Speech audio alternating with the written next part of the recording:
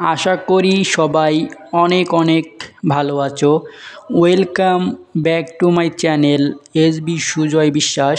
আমি এসবি সুজয় বিশ্বাস সকল বন্ধুদেরকে জানাই আন্তরিক ভালোবাসা এবং শতকোটি প্রণাম।